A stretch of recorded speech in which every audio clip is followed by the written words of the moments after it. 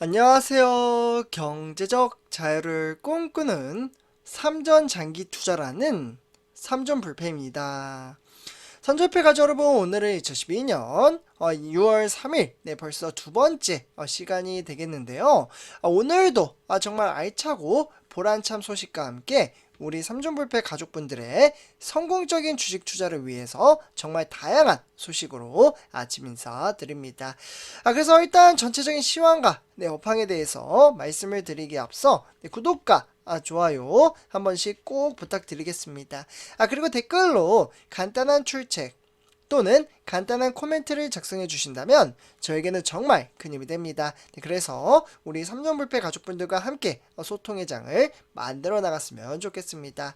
그래서 오늘 아침 새벽 일찍부터 제가 이제 연차를 좀 썼습니다. 요번에 이제 연휴 기간이잖아요. 어떻게 보면 오늘부터 해가지고 이제 6월 7일인가요? 네, 요 이제 다음 주 월요일, 6월 6일이네요. 요때까지 현충일이기 때문에 대략적으로 4일 연속 좀 휴무를 가질 것으로 보여짐에 따라 저는 오늘 5시 10분쯤 새벽 5시 10분쯤 일어나서 첫 번째 영상을 올려드린 다음에 이번 시간 벌써 두 번째 영상을 올려드리고 있습니다.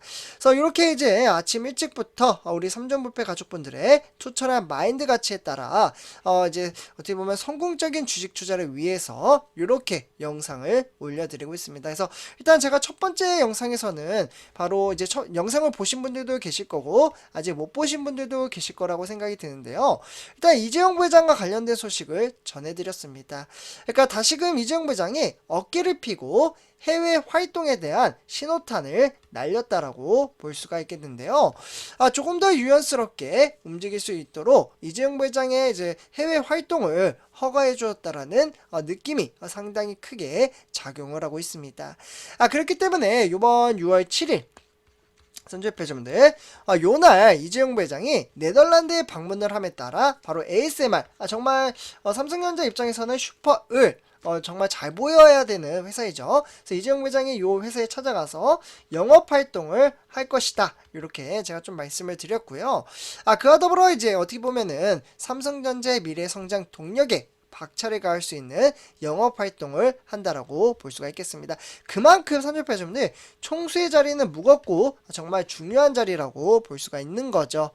그래서 저는 단연코 어느 회사든지 간에 이 총수의 자리는 정말 너무나도 중요하다고 생각을 합니다. 그러니까 총수의 말 한마디에 따라서 행동에 따라서 수천 명, 수만 명, 수백만 명을 먹여 살릴 수 있기 때문에 저는 그 힘을 가질 수 있는 이재용 부회장이 앞으로 그렇게 만들어주리라 생각을 합니다. 그래서 저는 우리가 투자하고 있는 삼성전자 총수의 복귀와 함께 조금 더 유연스럽게 경제 활동을 토대로 우리가 투자하고 있는 삼성전자 회사의 성장과 그리고 동력을 확연히 끌어올렸으면 좋겠다라는 생각이 듭니다.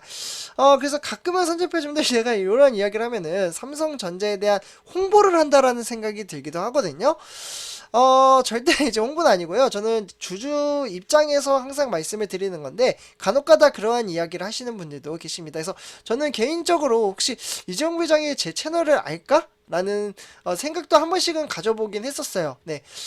그러면서 만약에 내 채널을 안다면 가서 찾아가서 사인 한 장이라도 좀 받아오면 좋겠다 그런 생각이 들 정도로 저는 정말 너무나도 좋아합니다. 네, 어쨌거나 갑자기 삼천포 이야기로 빠지긴 했는데 어쨌거나 증시는 언제 여느 때 다시금 이제 폭락장으로 이어질지 모르지만 항상 우리는 장기 투자 미래 성장 가치를 보고 장기 투자를 이어가고 있기 때문에 악재성 이슈들이 결국에는 해소가 됨에 따라 우리는 너무 크게 걱정하지 않으셨으면 좋겠습니다. 그리고 추가적으로 중국이 그동안 속썩여 왔던 제로 코로나죠. 네, 그로 인해서 이제 봉쇄 조치령이 발생을 했고 그에 따라 세계 글로벌 장세를 좀 하락세로 이어졌던 그러한 사건이 있었는데요. 이러한 부분들도 결국에는 중국이 어떻게 됐나요, 선전패자분들? 요번에 봉쇄 조치령을 좀 해제를 했습니다. 결국에는 악재성 이슈가 나타난다고 한들 이러한 것들이 해결이 된다면 증시는 다시금 반등장을 불러일으키기 때문에 너무 주가가 하락장으로 이어진다고 한들 걱정하지 않으셨으면 좋겠습니다. 주가의 하락은 줍줍의 기회이며 성장할 수 있는 그 동력에 따라 장기 투자 이어나가셨으면 좋겠습니다. 그래서 선접해야점들 이렇게 좀 말씀을 드리고요. 그래서 이에 따라 오늘 이제 정말 좋은 소식 한 가지 좀 전해드리도록 하겠는데요. 지금 화면을 보시다시피 선접해주분들 점점점 시간이 가면 갈수록 DDR5 D램에 대한 시대가 열립니다. 반도체주인 바로 삼성전자 그리고 SK하이닉스가 거론이 되고 있으며 초격차 총력에 다하고 있다라고 보시면 좋을 것 같습니다. 그래서 그 사진이 바로 지금 아래와 같이 DDR5 칩을 보실 수가 있겠는데요. 실제로 메모리 반도체 이 D램에 대한 세대 교체가 정말 빨라지고 있다라고 볼 수가 있겠고, 그에 따라서 지금 기존에 이제 DDR4였죠. 그러니까 이 숫자가 높아지면 높아질수록 성능이 상당히 좋아진다라고 보시면 좋을 것 같습니다. 그래서 이 DDR5 기존에 있었던 이 시스템이 점점점 DDR5의 D램의 양산 체제가 본격화되고 있음에 따라 점점점 신기술 개발과 그에 따른 대정화로 메모리 시장 초격차 지위를 공고히 한다라는 보관이 나왔다라고 보시면 좋을 것 같습니다. 그래서 이 DDR5는 D램의 규격을 일컫는다라고 보시면 좋을 것 같고요. 이 뒤에 붙는 숫자, 이 숫자 같은 경우에는 크면 클수록 반도체 성능이 개선이 됐다라고 보시면 좋을 것 같습니다. 정말 기초적인 부분이죠. 그렇기 때문에 기존에 있었던 이 DDR4 같은 경우에는 통용이 되고 있고, 사실 요거 좀 오래되긴 했어요. 선접해자분들. 이게 언제였냐? 2013년도. 네, 요때부터 이제 시작을 했으니까 대략적으로 이 시장에서는 10년간 이 DDR4 시스템을 이어졌다라고 보시면 좋을 것 같습니다. 그래서 이 DDR5가 되면 뭐가 좋느냐? 속도와 용량, 친환경성, 이러한 성능 면에서 기존에 있었던 DDR4 D램보다는 획기적으로 뛰어넘는 기술력을 가지고 있습니다. 특히 최근에 이 5세대 이동통신 AI, 바로 인공지능이 되겠죠. 이러한 시스템에 따른 자율주행이나 메타버스, 이러한 전력 소모가 적으면서 고속의 대용량 데이터 처리가 필수 요소가 된 만큼 차세대 첨단 산업에 키를 쥐었다라고 볼 수가 있겠습니다. 결국에는 게임 체인저가 되겠죠. 결국에는 이 DDR4 D램이 역사 속으로 사라지게 될 날도 진짜 머지 않았다. 정말 잘 썼죠. 네. 그렇기 때문에 결국에는 DDR5는 현재 전체 D램 시장에 얼마를 차지하고 있느냐? 대략적으로 한 5% 정도 차지를 하고 있다라고 보시면 좋을 것 같습니다. 그렇지만 2025년 되면 이게 어느 정도로 지금 이제 전망치가 추이가 되냐면요. 현재는 5%지만 이게 40%까지 늘어난다라고 보시면 좋을 것 같습니다. 그만큼 미래 전망치가 상당히 긍정적으로 나타나고 있죠. 네, 그래서 결국에는 메모리 시장에서 나란히 1위와 2위를 차지하고 있었던 삼성전자와 SK하이닉스는 DDR5 기술 개발도 현재 가속화 시키고 있고요. 결국에는 삼성전자는 지난 이제 10월달이죠. 네, 요 10월달 요 기점으로 봤을 때 세계 최초 EUV, 그러니까 극자외선 멀티 레이어 공정을 DDR5 D램에 적용을 했다라고 보시면 좋을 것 같습니다.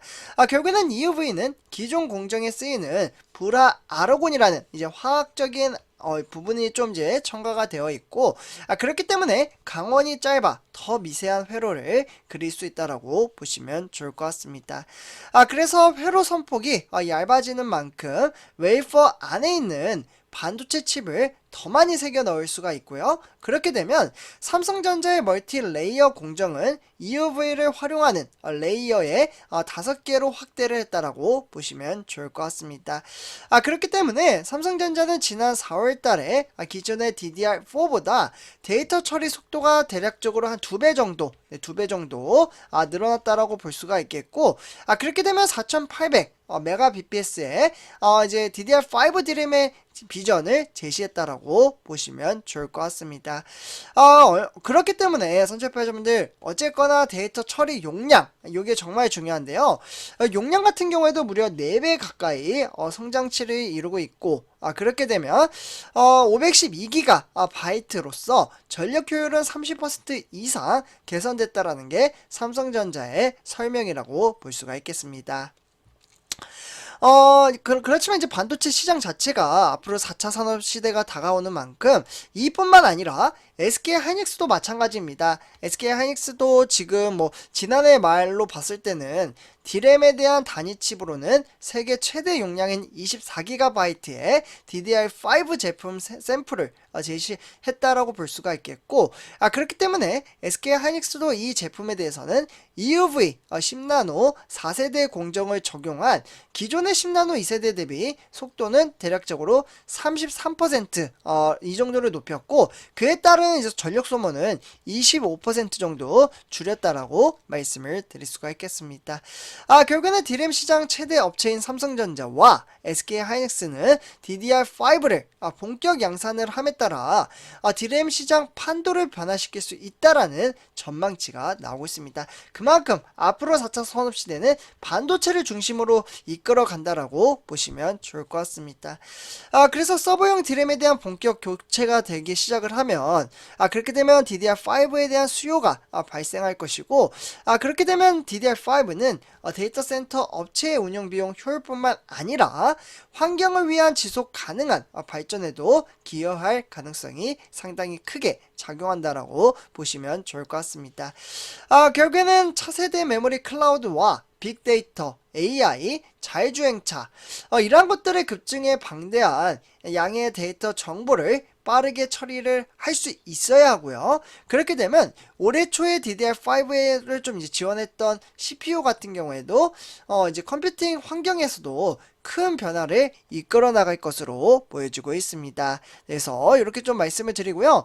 선전표자분들 이러한 이제 미래 전망치가 나타남에 따라 우리는 주가가 하락을 하든 상승을 하든 크게 개인치 않고 꾸준히 주식 수량을 모아간다라고 말씀을 드릴 수가 있겠습니다. 그래서 이렇게 좀 말씀을 드리고요. 선제표자분들 제 영상이 도움이 되셨다면 구독과 좋아요 한 번씩 부탁드리겠습니다. 그리고 댓글로 간단한 출첵 또는 간단한 코멘트를 작성해 주신다면 저에게는 정말 큰 힘이 됩니다. 네, 이렇게 말씀을 드리고요. 이번 영상 마치도록 하겠습니다. 네, 감사합니다.